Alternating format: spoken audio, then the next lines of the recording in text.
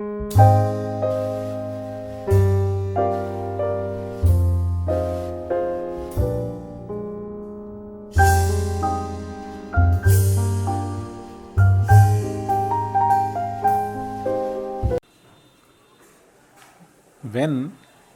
an ordinary activity transforms itself into a spiritual practice, இதுதான் என்னைய சத்சங்கத்தினுடைய அடிப்படை தளம். ஆக்சுவலாக இது ஒரு வீடியோ கான்ஃபரன்சிங் மூலமாக கேள்விகள் கேட்கப்பட்டு பதிலாக எடுக்கப்பட்ட சத்சங்கம். இது எல்லாருக்கும் உதவும், எல்லா விதத்துலேயும் உதவும். அன்றாட வாழ்க்கையில் மொமெண்ட் டு மொமெண்ட் எக்ஸிஸ்டன்ஸில், மொமெண்ட் டு மொமெண்ட் வேலைகளில் எப்படி எந்த பாங்கில் மனம் அதில் அந்த வேலைகளில் ஈடுபடணும் அப்படின்றதனுடைய அடிப்படையை பற்றி பேசுகிற சத்சங்கம் இது வீடியோ கான்ஃபரன்சிங் மூலம் நடந்தது. இதை கேளுங்க. இது ரொம்ப உபயோகமாக இருக்கும்.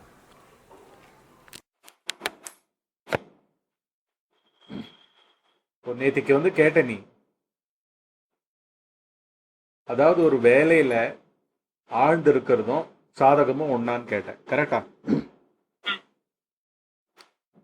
ஒரு ஹவுஸ் ஒய்ஃபு குக் பண்ண போறா, ஒருத்தர் ஆஃபீஸ் வேலையில மூழ்கி கிடக்கார், இல்லாட்டி தன்னோட காரை துடைக்கிறதுல கார்டனிங்ல மூழ்கி கிடக்கார். கரெக்டா? ஒரு பிளான்ட்டோட இருக்காரு வச்சுக்கோ, ஒரு செடியோட உட்காந்து அதை ட்ரிம் பண்ணிட்டு இருக்காரு. Is pruning the leaves and things, அதெல்லாம் பண்ணிட்டு இருக்காரு. இல்லாட்டி தன்னோட குழந்தைக்கே பாடம் சொல்லி கொடுத்துட்டு இருக்காரு. இப்ப இங்க பண்றது ஒரு எப்பவும் நம்ம நம்மள ஒரு உடம்பாதான் நினைக்கல, உடம்பாவே இருக்கும். அந்த உடம்பாவே இருக்கிற தன்மைக்கு பேர் தான் ஈகோன்னு பேரு. நம்ம செயல்கள் எல்லா லெவல்லையும் அது ஈகோவா இருந்துட்டு இருக்கு. ஸோ இப்போ ஒரு குழந்தைக்கு பாடம் சொல்லி கொடுக்குறவா, குக்கிங் பண்ணிட்டு இருக்கிறவா, ஒரு செடியை கூர்ந்து ப்ரூன் பண்ணிட்டு இது பண்ணிட்டு மண்ணெல்லாம் கிளறிண்டு திருப்பி ஏதானும் அதுக்கு தண்ணி ஊத்திண்டு நிறைய தோட்ட வேலை அப்படி பண்ணிட்டு இருக்கிறவா எல்லாரும் தங்களை ஒரு சென்டரா, தனித்த சென்டரா நினைச்சுட்டு பண்றதுனாலேயே அது அகந்தைக்கு தான் கிரெடிட் போய் சேரும், ஈகோவுக்கு தான் கிரெடிட் போய் சேரும். இப்ப ஒரு செடியை பராமரிக்கிறதுன்றது தன்னோட கார்டனை பராமரிக்கிற மாதிரி ஒரு திருப்தியை கடைசியில கொடுக்கறது இல்லை. நான் இன்னைக்கு அந்த செடியை ரொம்ப நாளா பெண்டிங்கா இருந்தது, அதை சரி பண்ணணும்னு நினைச்சேன், அதை பண்ணிட்டேன் அப்படின்னு ஒரு திருப்தியை கொடுக்கப்படுது. தனித்த லொகேஷனுக்கு ஒரு திருப்தி வருது. ஒரு குக்கிங் காத்தால பிரேக்ஃபாஸ்டோ லஞ்சோ டின்னரோ ரெடி பண்ண ஹவுஸ் ஒய்ஃபுக்கு அப்பா முடிஞ்சது, மத்தியான பாடு ஆச்சு, காத்தால பாடு ஆச்சு அப்படின்னு ஒரு தனித்த ஒரு திருப்தியை கொடுக்கறது. தனித்த திருப்தி எல்லாமே அவேர்னஸ் பிராக்டிஸே கிடையாது இது. ஆமா, அதே மாதிரி ஒருத்தர் சாதகம் பண்றா, பாட்டு சாதகம் பண்றா, பெயிண்டிங் ஒர்க் பண்ணிட்டு இருக்கா, ஆபீஸ் வேலை பண்ணிட்டு இருக்கா. எல்லாமுமே எப்படின்னா எப்ப பாரு ஒரு இன்கம்ப்ளீட்னஸ கம்ப்ளீட் பண்றதுக்கு ஈகோ சர்ஜஸ் அஹெட். அதனால இந்த ஈகோ சென்ட்ரிக் ஆக்டிவிட்டி தான் இது எல்லாமுமே. இது சாதகம் ஆகாது. இத சாதகமா மாத்துற இந்த நுணுக்கம் எப்ப ஆறுதுன்னா இந்த தனித்த ஈடுபடுற மனுஷனையே கொஸ்டின் பண்ற லெவலுக்கு ஒரு கேள்வியா அந்த வேலை மாறும் பொழுது, யார் பண்ணிட்டு இருக்கா, சமையல் கூட யார் பண்ணிட்டு இருக்கா, குழந்தைக்கு பாடம் சொல்லி கொடுக்கிற இந்த கேரக்டர், இந்த ரோல் அம்மாவா அப்படின்னு புத்தியை உள்பக்கம் திருப்பிண்டு அங்க பாடம் சொல்லி கொடுக்கப்பட்டால் அங்க சமையல் செய்யப்பட்டால், அங்கு தோட்ட வேலை செய்யப்பட்டால், அங்கு ஆபீஸ் வேலை செய்து முடிக்கப்பட்டால், பண்றவாளுக்கு ஒரு தனி இருப்பு இருக்கா? இந்த கை கால் தான் பண்றதா பார்த்தா மனம் பண்றதுன்னு உடனே விட வந்துடும். இந்த மனத்துல வந்து ஒவ்வொரு வேலையையும் ஓடி ஓடி போய் மீட் பண்ணிட்டு எல்லா வேலைகளையும் கம்ப்ளீட் பண்றேன். ஒரு ஏவலால் போல திருப்பி திருப்பி எண்ணங்கள் ஒவ்வொரு வேலைக்கும் வந்துட்டு இருக்கிறது. பலவிதமான கதாபாத்திரங்கள் பொருட்களோடையும் நம்ம உறவு கொள்றது தான் இங்க வாழ்க்கை. ஒன்றுத்தையும் ஒரு ஒரு தோட்ட வேலையை பூரணம் பண்ணுறது, சமையல் வேலையை பூரணம் பண்ணுறது, பையனுக்கு பாடம் அவன் ஹோம்ஒர்க் பண்ணாத அவனை உட்கார வச்சு ஹோம்ஒர்க் பண்ணி வச்சு முடிக்கிறது, ஹெல்த்துக்கோசரம் வாக்கிங் போயிட்டு வருது, தனித்த ஹெல்த்து, தனித்த ஆரோக்கியம். அப்பா இன்னைக்கு வந்து ஒரு 200 கேலரிஸ் எரிச்சிட்டு வந்துட்டேன், நல்லா நடந்துட்டு வந்துட்டேன், 1 hour வாக்கிங், பிரிஸ்க் வாக்கிங் அப்படின்னா ஒரு தனித்த உடலுக்கு ஏதோ ஒரு திருப்தியை கொடுக்குற எல்லா ஆக்டிவிட்டியுமே அகந்தையினுடைய ஆக்டிவிட்டி. முடிஞ்சு போச்சு. இது வந்து அகந்தையை தான் செழிக்க செய்யுமே தவிர இதனால ஆன்ம விசாரம் கொஞ்சம் கூட வராது. என்னப்பா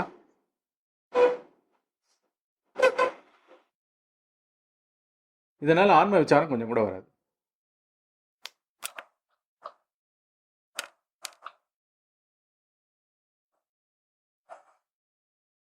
ஆன்ம விசாரம் கூட்டுற செயல்னாலே வந்து எப்பவுமே பேசிக்கா மனத்தை இந்த கேள்வி வந்து பீடிச்சிருக்கணும். உண்மையில இங்க இந்த உடலை வச்சுட்டு, இந்த உடல்ல நிறைய கதாபாத்திரங்களை வச்சுட்டு உலவின் இருக்கிறவன் யாரு அப்படின்னு எப்பவுமே அது இருக்கணும். Underline note. ஒவ்வொரு சைக்கலாஜிக்கல் அசைவுக்கு பின்னாடியும் அது இருக்கணும். சைக்கலாஜிக்கல்ல இருந்தா போறோம், பிசிக்கல்ல ஆட்டோமேட்டிக்கா இருக்கும். ஒரு மனைவியா சமையல் பண்ணிட்டு இருக்கிறவளோ, ஒரு குடும்ப பெண்மணியா சமையல் பண்ணிட்டு இருக்கிறவளோ, ஒரு அம்மாவா குழந்தைக்கு பாடம் சொல்லி கொடுத்துட்டு இருக்கிறவளோ, டாக்டர் வந்து இனிமே தினம் 2 கிலோமீட்டர் நடக்கணும், 5 கிலோ 1 மணி நேரம் நீங்க நடந்தாதான் உங்களுக்கு உடம்பு சரியாகும், உங்க உடம்பு வந்து ஃபிட் ஆகும் அப்படின்னு சொன்னதுனால அந்த உடலே தானு நான் அபிமானிச்சாதான் வந்து ரொம்ப இதுவா நடக்க முடியும். வேலைகளுக்கு எல்லாத்துக்குமே பிசிக்கல் சம்பந்தப்பட்ட சைக்கலாஜிக்கல் கூட இங்க பிசிக்கல் தான். அங்க மோட்டிவ் எல்லாம் உற்பத்தி ஆச்சுன்னா அந்த மோட்டிவே வந்து உலகத்துல தான உடலா நினைச்சுட்டு, உலகத்தை அந்நியமா ஒரு பெரிய இந்த இருப்பா நினைச்சுட்டு, சத்திய இருப்பா நினைச்சுட்டு, உலகத்துல இருக்கிற பொருட்களையும் தன்னுடைய ஆரோக்கியத்தையும் எல்லாத்தையும் நினைச்சுட்டாதான் இங்க இயங்கவே முடியும். அதனால ஃபங்க்ஷனல் வேர்ல்டுக்கு வந்து ஈகோ வேணும். ஆனா இதே ஃபங்க்ஷனல் வேர்ல்டுல வாழறதையே பெரும் பொருளான அறிவு பொருளை தேடுதலா மாத்திண்டு வாழ முடியுமா? முடியும். ஒரே பெரிய ஒரு பேரடைம் ஷிஃப்ட் வேணும். அந்த ஷிஃப்ட் என்னன்னா வந்து தானே யாருன்ற கேள்வியை வந்து எப்பவுமே வந்து காத்தால முதல் தாட்டு விழிக்கிறதுலேருந்து கடைசி தாட்டு மறைஞ்சு ஃபங்க்ஷனல் வேர்ல்டுனுடைய, ஃபங்க்ஷனல் வேர்ல்டுன்னு சொல்றது நான் என்ன சொல்றேன்னா அன்றாட வாழ்க்கை,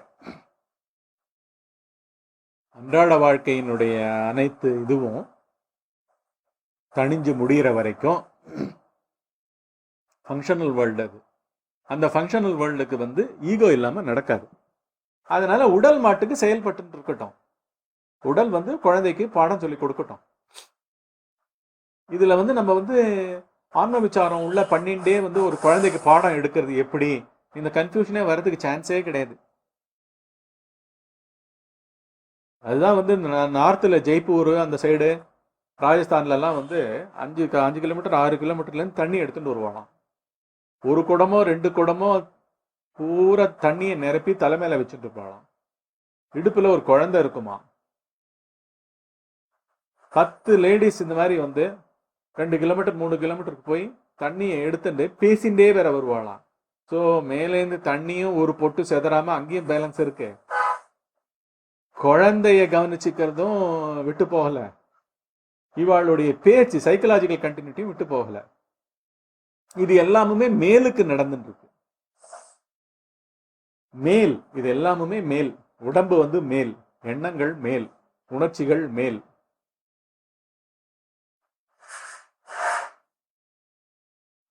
இத வந்து உண்மையில நான் யாரு? ஒவ்வொருத்தரும் ஆறாவது அறிவு பகுத்தறிவனுடைய கடைசி கட்ட உச்சக்கட்ட வேலையே இதுதான். நான் யாரு? அதுதான். அந்த தேடுதல்ல ஈடுபட்டு இப்படி பண்ணும்பொழுது அந்த பேலன்ஸ் வந்துடுறது.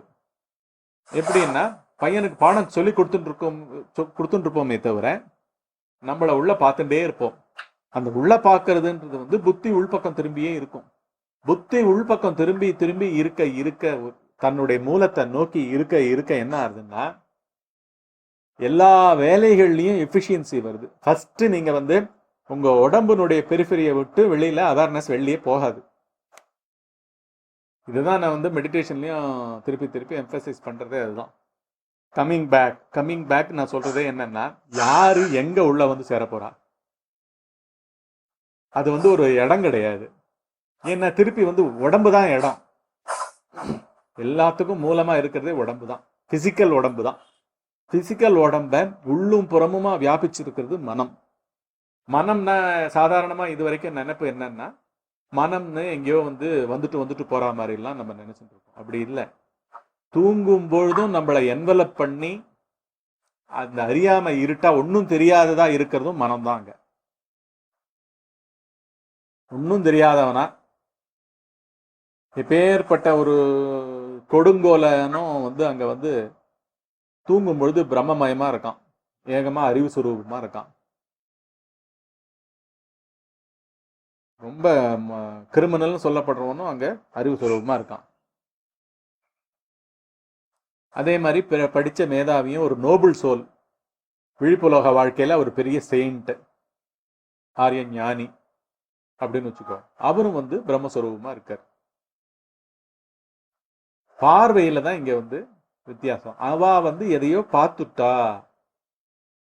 உண்மை பொருளை பார்த்துட்டா. அதனாலதான் சீயர்ஸ்ன்னு they are called.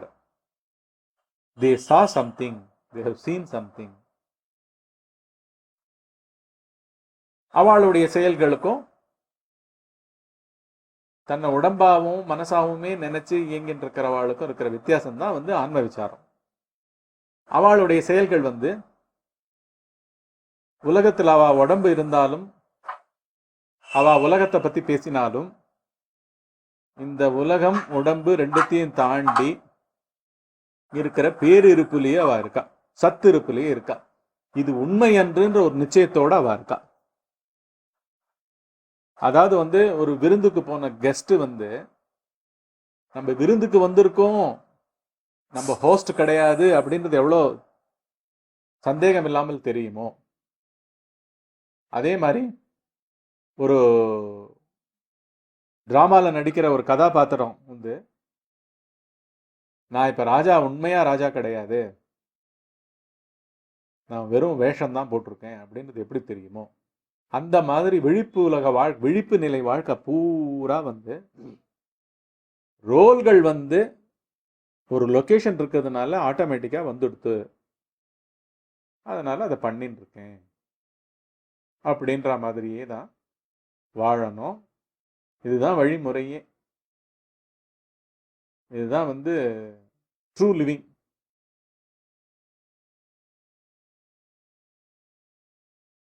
புரிஞ்சுதா?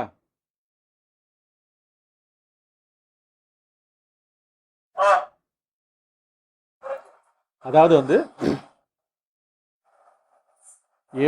ஏகோபித்தமா நம்மளுடைய 3 நிலைகளையும் தனக்குள்ள முழுகடிச்சு திருப்பி அவாவா அகந்தை மூலமாவே அவாவா உலகங்களையும் விரிச்சு வரவழைச்சு நடக்கிற ஒரு மாயாஜாலம் எல்லாமுமே அந்த அறிவுனால தான் நடந்துட்டு இருக்கு. அந்த அறிவுனால அகந்தைக்கு கூட ஒரு தனியா உலகத்தை படைக்கிற அளவுக்கு ஒரு திறன். இதை வந்து எப்படி கம்பேர் பண்றாங்கன்னா, வேதாந்தத்துல ஆழ்ந்த உறக்கத்துல இருக்கும் பொழுதுதான் கனவு வரும். கனவு வரணும்னா வந்து ஆழ்ந்த உறக்கம் வந்து மஸ்ட்.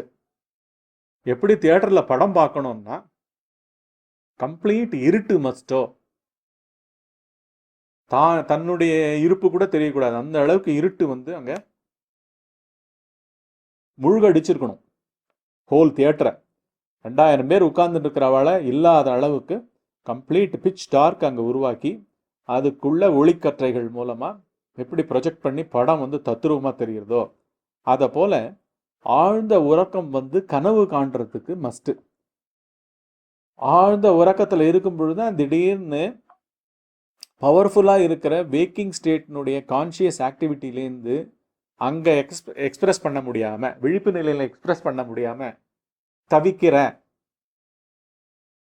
ஞாபகங்கள், எதிர்பார்ப்புகள் எல்லாம் என்ன பண்ணுறது, இங்கே வந்து தனித்து உலகத்தையே திருசங்கு சொர்க்கம்னுவா விஸ்வாமித்திரர் படைச்சு கொடுத்தாராம். அந்த மாதிரி வந்து தனியாக அங்கே வந்து இந்த உலகத்தையே சாராமல் ஈகோவே தான் காணுகின்ற காட்சியும் உருவாக்கி தன்னையும் அதில் வந்து ஏதோ புலனின்பம் தூய்ப்பவனாகவும் அங்கே சாதிக்க முடியாதெல்லாம் இங்கே சாதிக்கிறவன் மாதிரியும் எல்லா லோகங்களுக்கும் போயிட்டு போயிட்டு வரவன் மாதிரியும் என்னெல்லாம் கான்செப்ட்ஸு என்னென்னலாம் அண்டர்ஸ்டாண்டிங்காக அந்த ஈகோ இதுவாக இருந்ததோ அதுலேருந்து பலவித தொகுதிகளை எடுத்து அங்கே படமாக்கி கனவு வந்து வருது.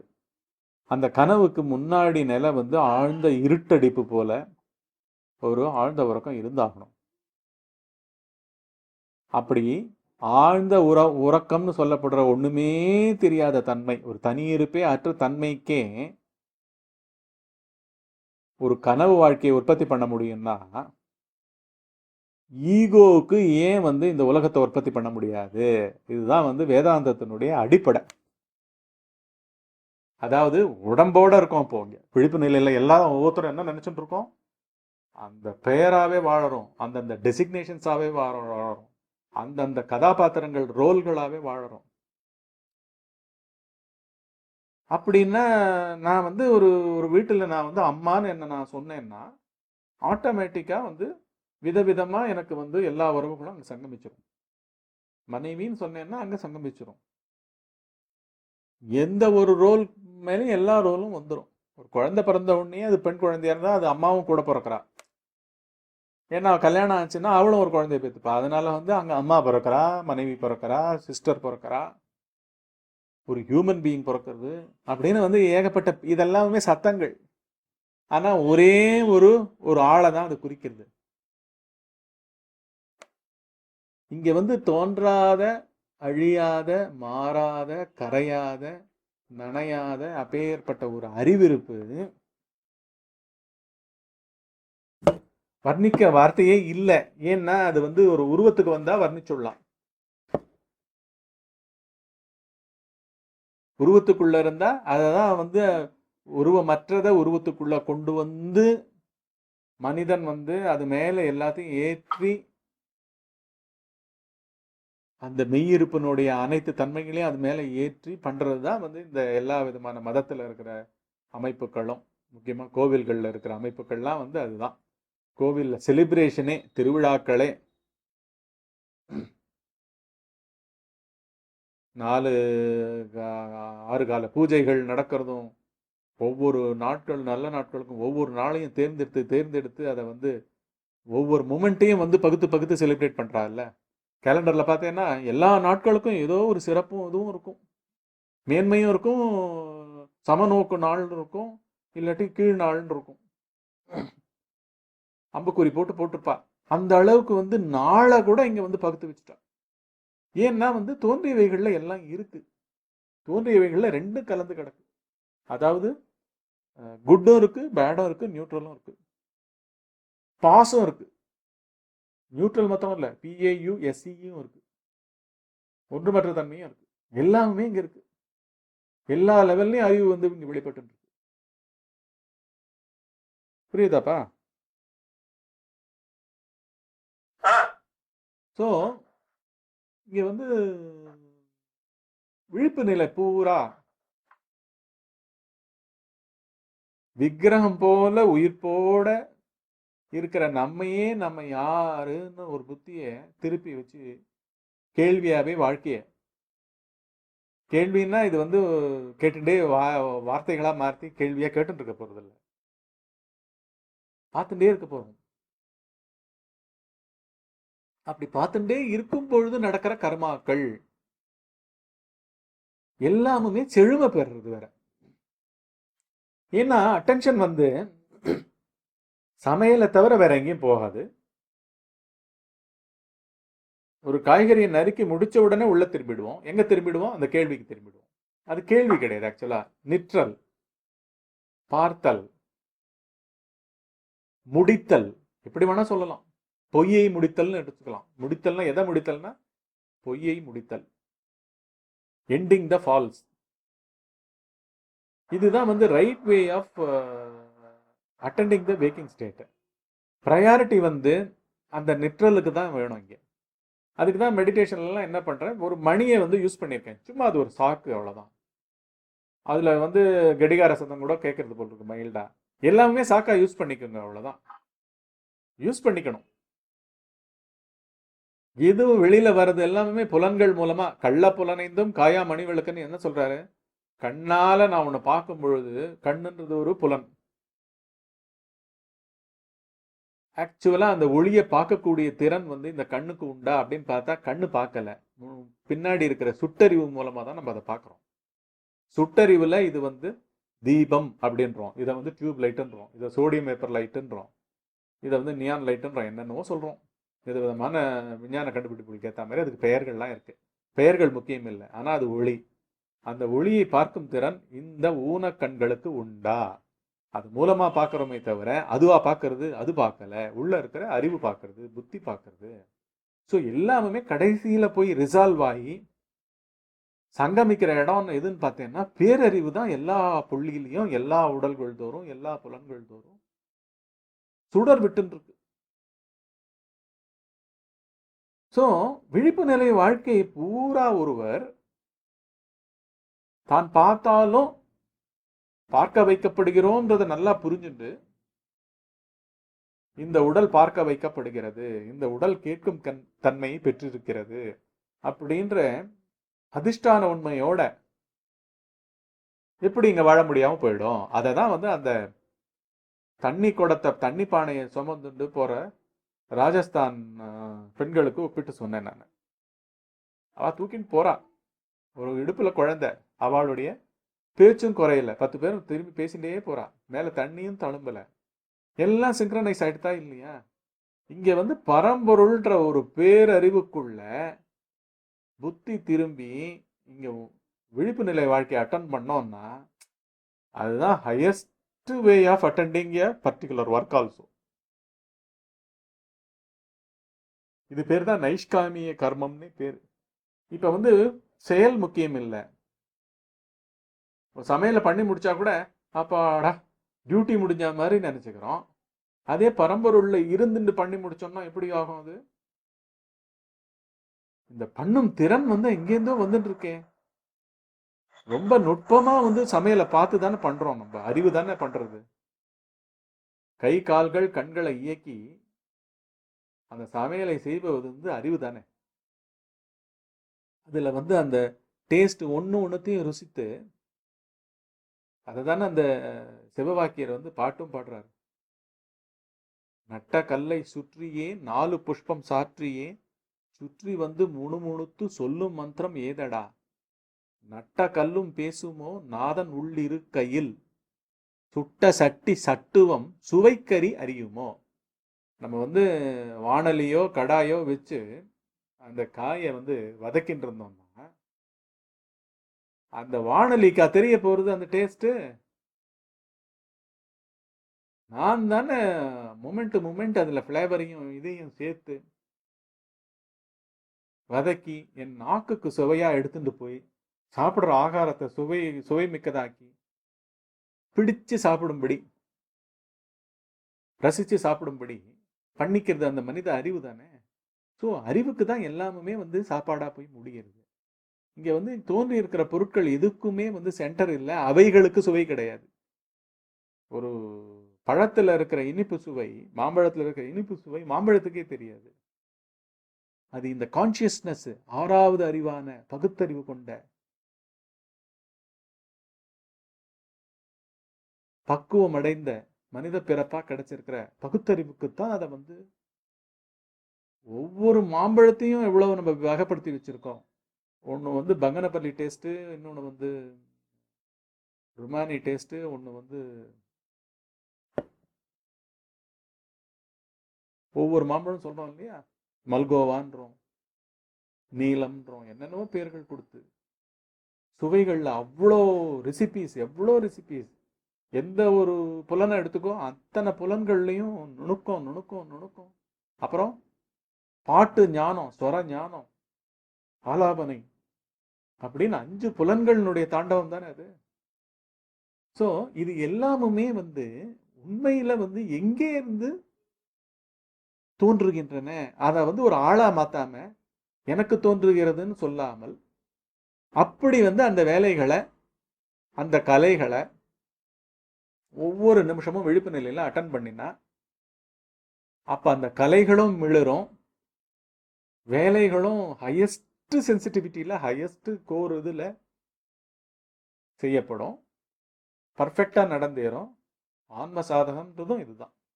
இதை தவிர ஆன்ம சாதகம்னு எங்கேயோ போய் உட்கார்ந்துட்டு குடும்பத்தை விட்டுட்டு போய் எல்லாரும் டிஸ்டர்பன்ஸ் மாதிரி ஆக்கி, உலகத்தை டிஸ்டர்பன்ஸ் மாதிரி ஆக்கி, உலகத்தை மனத்துக்குள்ள வச்சு இருக்கிற அந்த மனம்தான் டிஸ்டர்பன்ஸை தவிர உலகமோ உறவுகளோ டிஸ்டர்பன்ஸா இருக்கிறதுக்கு சான்ஸே இல்லை.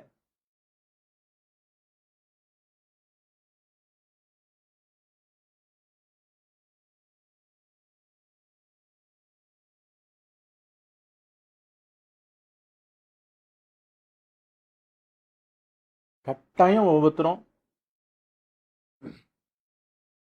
இதை கேட்குற ஒவ்வொருத்தரும் இதை வந்து அனுசரிக்க முடியும். என்ன விவேக், உனக்கு புரிஞ்சுதா இப்போ? ஸோ அனுசரிக்கிறதுக்கு ஒரே ஒரு சந்தேகம். அனுசரிக்கிறது அப்படிங்கிறது வந்து எப்படின்னா வந்து நம்ம விதவிதமான ஆக்டிவிட்டிஸ்ல இருப்போம். டே டு டேன்றதுனால அது ஆக்டிவிட்டின்னு சொல்ல வேண்டியதா இருக்கு. பட் என்னன்னா வந்து அந்த தாட்டோடைய தாக்கம் வந்து விதவிதமா இருக்கும். இதுக்கு வந்து என்னென்ன மாதிரி உபாயங்கள்லாம் நீங்க யூஸ் பண்ணுவீங்க திருப்பி திருப்பி இது வரதுக்கோ? அதான் அதுக்கு தான் வந்து பட் பிசிக்கலா நீங்க என்னெல்லாம் உபாயம் யூஸ் பண்ணுவீங்க? பிசிக்கல் எல்லாமுமே வந்து இப்போ வந்து எல்லாமுமே உபாயம். எப்படிலாம் வெளில போறோமோ அத்தனையும் ரூட் உள்ள வரதுக்கு. கண்ணு வழியா நீ வெளில போனே வச்சுக்கோ. ஏன் ஒன்றும் இல்லை, டிவி பார்க்குறோம், டிவி சீரியல் பார்க்குறோம், தினம் தொடர்ந்து பார்க்குறோம். இங்கே வந்து நேற்று விட்ட இடத்துலேருந்து பார்க்க தூண்டுவது வந்து எது? அந்த டிவி சீரியலில் இருக்கிற சைக்கலாஜிக்கல் கண்டினியூட்டியை தனக்குள்ளே ஏற்றின்ற மனம் தானே அங்கே வந்து அடுத்த நாளும் போய் அந்த சீரியலை ஆன் பண்ணுறது. புரியுதா? ஆன் யார் வந்து அந்த பார்க்குறா, ஏன் பார்க்குறா? பார்க்கறதுக்கு காரணம் வந்து கண்டினியூட்டி. அந்த கதாநாயகிக்கு என்ன ஆச்சு, அந்த பர்டிகுலர் கேரக்டரை ஃபாலோ பண்ணிட்டு, அந்த சீரியல்ன்றதே ஒரு கதை தானே, ஒரு தீம் தானே, அந்த தீம் வந்து எப்படி போயின்னு இருக்கு அப்படின்றது அதை க்ளோஸாக சைக்கலாஜிக்கலாக ஃபாலோ பண்ணுறது தானே வந்து அந்த டிவி பார்த்தல். ஸோ அந்த மாதிரி பார்த்தல் வந்து அந்த கதைக்கு ஒரு நிஜத்தன்மையை கொடுத்து மனத்துக்குள்ள ஏத்திண்டு பார்க்கறவனையே பார்த்துட்டு டிவியை பார்க்க முடியுமா? சீரியலை பார்க்கிற மனத்தையே இங்க வந்து இது எப்படி வந்து ஒரு சுவத்துல வந்து எந்த கலர் அடிச்சாலும் அந்த கலரை ஏத்துக்கிறது இல்லை, அந்த மாதிரி வந்து எந்த சீரியல் எந்த காட்சியா இருந்தாலும் பட்டக்குன்னு ஒட்டிண்டு அதுக்கு ஒரு கண்டினியூட்டியை என் மனம் தேடுறது. அதனாலதான் வந்து நான் வந்து டிவி சீரியலை பார்க்குறேன். இப்போ வந்து டிவி சீரியலை பார்த்துட்டு இருக்கும் பொழுதே பார்க்குறவன் யாரு? கண்ணு கிடையாது, அது டெஃபினட்டா தெரியும். கண்ணு மூலமா மனம் பார்க்கறது. சரி, மனம் வந்து எங்க போச்சு? இவ்வளோலாம் கேள்வியெல்லாம் கேட்க வேண்டாம். அந்த திரும்பி வருதல், பார்க்குறவன் யாரு? ஜஸ்ட் பிளைண்டா இதை பண்ணா கூட போறோம்.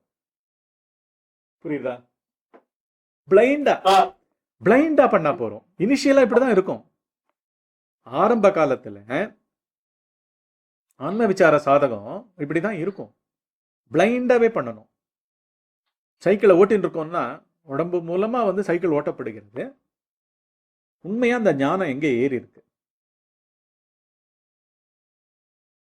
சைக்கிள் ஓட்டும் திறன்லேருந்து எல்லா தன்மைகளும் கம்ப்யூட்டர் ஸ்பெஷலிஸ்டாக இருக்கட்டும், எந்த ப்ரொஃபஷனலாக இருக்கட்டும், எந்த சாஃப்ட்வேர் இன்ஜினியராக இருக்கட்டும், ஸ்பேஸ் சயின்டிஸ்டாக இருக்கட்டும், யாராக வேணா இருக்கட்டும், எப்பேற்பட்ட கலைஞனாக கூட இருக்கட்டும்,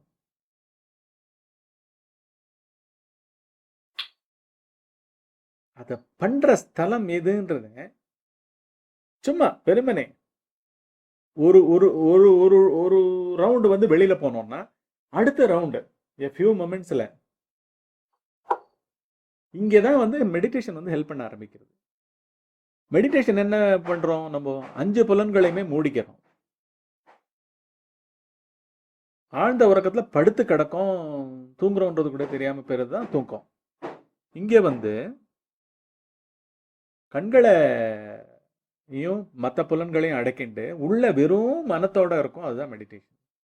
அந்த மெடிடேஷன்ல கூட நான் என்ன சொல்றேன், வெளியில ஒரு பெல் சவுண்ட் கொடுக்குறேன், உள்ள உன்னோட மூச்சையே ரெஃபரன்ஸா வச்சுக்கோ, ஒரு ஒன்றுமற்ற ஸ்தலத்துக்கு டக்கு டக்குன்னு திரும்புற பயிற்சியை மேற்கொள்ளு. அதையே தான் விழிப்பு நிலை பூராவும் பண்ணணும். சமையல் பண்றோம், காய்கறி நறுக்கி முடிச்ச உடனே வந்து வெறும்னா வந்து அவேரா இருக்குவோமா, பண்ணி முடிச்சாச்சு அவ்வளவுதான். அதை பத்தி கமெண்ட் இல்லாம உள்ள பேசுதல் வந்தாலே வந்து வெளியில போற மாதிரி, வெளில போறோம் திருப்பி பேச்சற்ற உள் பிரதேசத்துக்கு வரும். காட்சியை பார்க்கறோம், டிவி சீரியல் பார்க்கறோம், அதை பேசாம பார்க்கறதுக்கு அடுத்த ட்ரைனிங். புரியுதா? அதை பத்தி கமெண்ட் கூறாமல், டிவி சீரியல்ல கூட கமெண்ட் கூறாமல் அதை பார்க்கறது உள்ள வருது, பார்க்கறது ஒன்றுமற்ற இருக்குது, பார்க்கறது செய்யறது, கையால ஏதோ காய்கறிகளை நறுக்கிறது, திருப்பி உள்ள ஒன்றுமற்ற இருக்கிறது. குழந்தைக்கு பாடம் சொல்லி கொடுக்கறது, அது கேட்கிற கேள்விகளுக்கு பதில் சொல்றது, திருப்பி ஒன்றுமற்ற இருக்கிறது. புரியுதா? ஏன்னா அந்த தன்மைக்கு வந்து எந்த ஒரு அடைமொழிக்குள்ளேயும் வார்த்தைக்குள்ளேயும் கிடையாது அதனுடைய சக்தி. எல்லாமா இருக்கிற வஸ்து. ஒரு எறும்புக்குள்ள இருக்கிற நாட்டமா, எறும்பு உடலுக்குள்ள இருக்கிற நாட்டமும் அதுதான். ஒரு பெரிய அற்புதமான கலைஞன் கிட்ட இருக்கிற அற்புதமான ராக ஆலாபனை பண்ணிட்டு இருக்கிறதும் அதுதான்.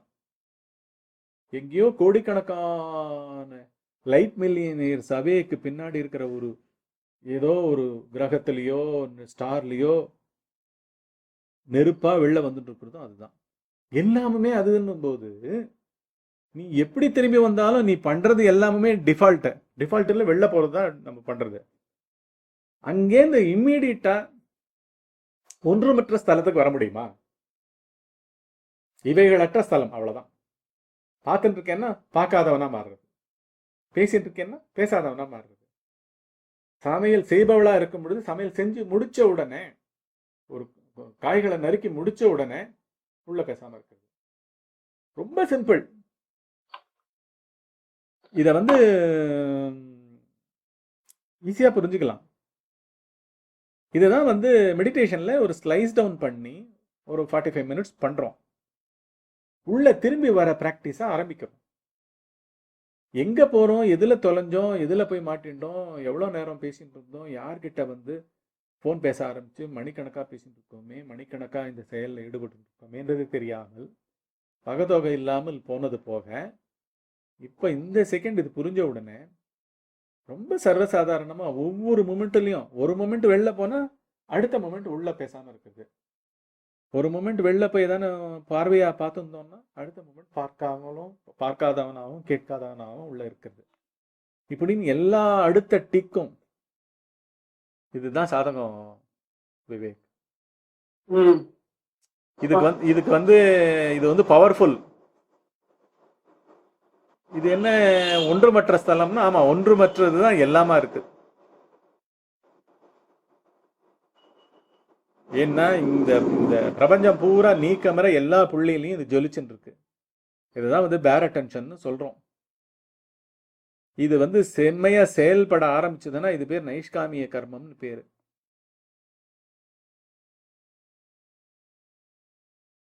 இது நல்லா மெருகேற்றும்.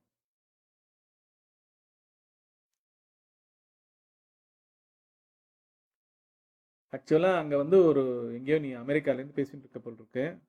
அங்க சுவர் கோழி கத்துறது ம். அது ரெக்கார்ட் ஆயிட்டு இருக்கு.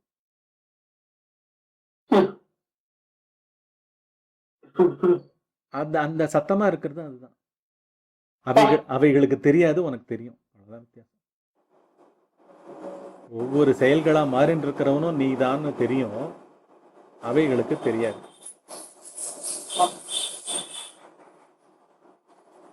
சரியா? ஆ, முடிச்சுக்கலாமா? முடிச்சுக்கலாம். சரி. ஓகே,